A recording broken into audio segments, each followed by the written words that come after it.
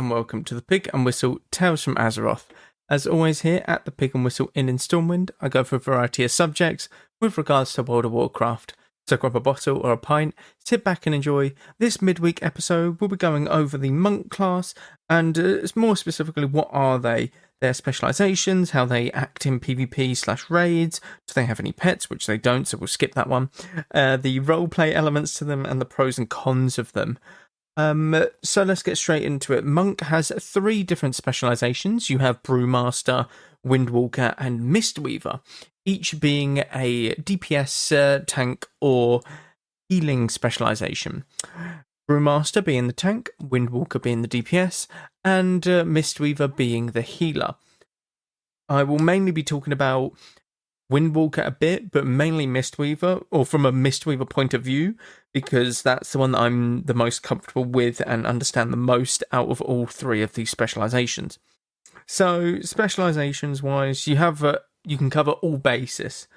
PvP, Windwalker is very strong at the moment. This is due to its defensive utilities. You have multiple things such as diffuse magic, fort brew, karma. You have very high mobility with your ports. You have instant heals. You have multiple things, as well as a very high output of damage right now. Usually you would go with something like Windwalker DK, called a blender. You'd go with a warrior, or anything that is a melee cleave, really does encapsulate Windwalkers and their utility, their damage, etc. In terms of like Mistweaver, it's in a decent place. It's probably like high B, A tier. It has a lot of healing.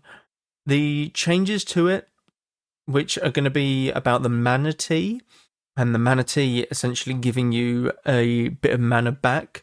I think that's what they're doing for most healers right now. They're going to look for a way that most healers can restore their own mana via their like specific mechanics, rather than just normal mana regen, etc. But essentially in PvP they are a very solid healer, but they don't offer much in terms of like utility.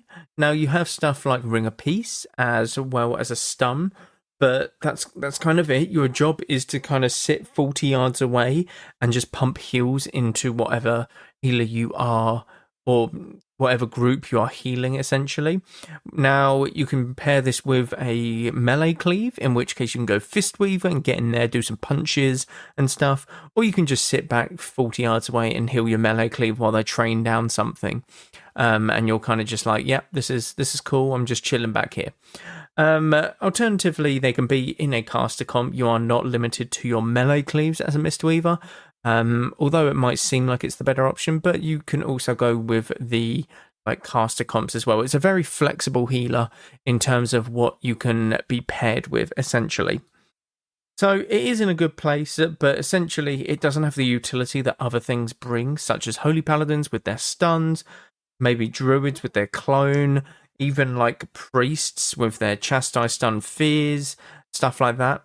It is more of a just a very chilled heal bot, essentially. There is more niches to it, but it is very much, you've got to play a very long time in order to find out these niches, when to go in, when to not go in, stuff like that. For an RP element, I should say for PvE wise, I would say Mistweaver's fine, but I would say that there's other better things. I'm trying to think. There's probably stuff like Dispriest, or I really don't know what's run at the moment. Actually, it's probably Evoker Healer.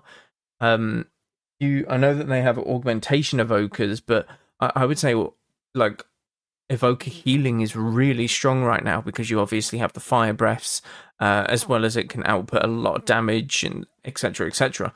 I would say that it's probably a decent healer, but it's probably not one of the best in PvE content. Raiding, I would definitely say it's better, because you can just have a Mistweaver monk sort of pump healing into the tank kind of deal. But yeah, it's not amazing, and it can't really compete on that grand scale in a raid compared to something like an evoker or even like a priest, a paladin, stuff like that. RP wise, you obviously have the like they're all very chilled, all of the monks. They're obviously floating, doing their meditating stuff. You have certain RP spells that can accommodate this, which is the meditate and the Zen focus, whatever it's called, or Zen meditation. That's the spell, where essentially you just sit on a little cloud and just chill. It's quite cool, to be honest. But the RP element is very much you're punching stuff. You never really have a weapon in hand.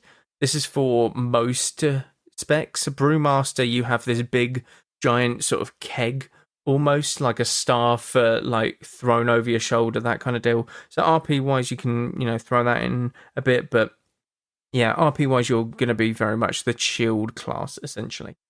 The pros and cons.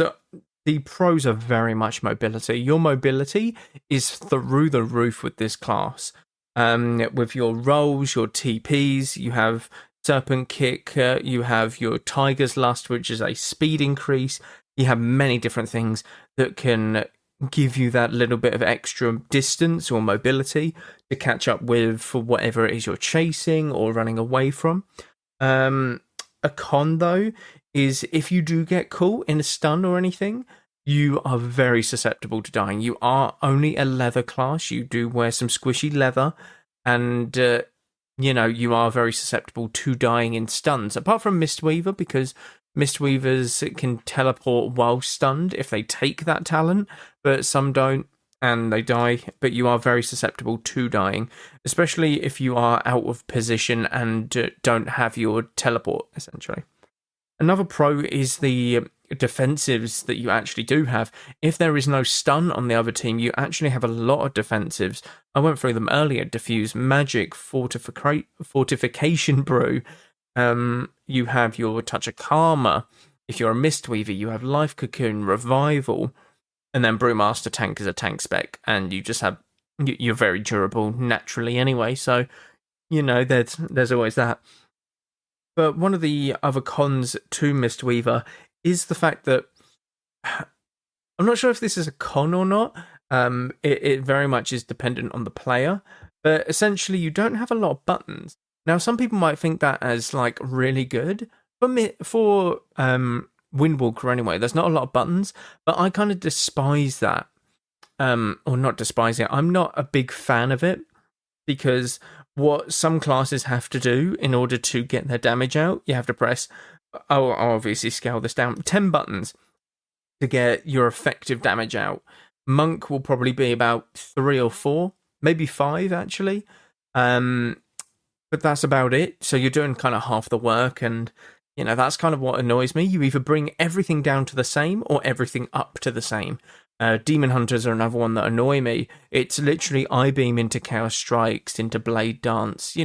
There's very few things that is going to kill you, but effectively they do so much damage via 2 or 3 buttons, or like 30% of the amount of buttons compared to, say, a Shaman or a Boomkin or even a Feral. I suppose Feral doesn't. Feral's kind of on that line. But yeah, like DK as well, obviously only have like 2 buttons essentially. It feels like Death Coil, Festering Strike, and then whatever they use to pop the Festering Strikes. That's kind of it. That's their buttons to deal damage, and it's like, really? Okay, well, it's not really engaging, is it? So one of the cons, in my opinion, is that it's got too few buttons in the grand scheme of things. If everything was the same, then I wouldn't obviously class this as a con, but everything isn't, so I do, because it's not as engaging for me, so the gameplay isn't as engaging, to say the least. But that is it for this episode. Thank you all very much for listening, as always. Be sure to check out all of the socials down below, Twitch, YouTube, TikTok, and support the show down below as well via the link. But thank you all very much once again, and go with Valor, friend. Goodbye all.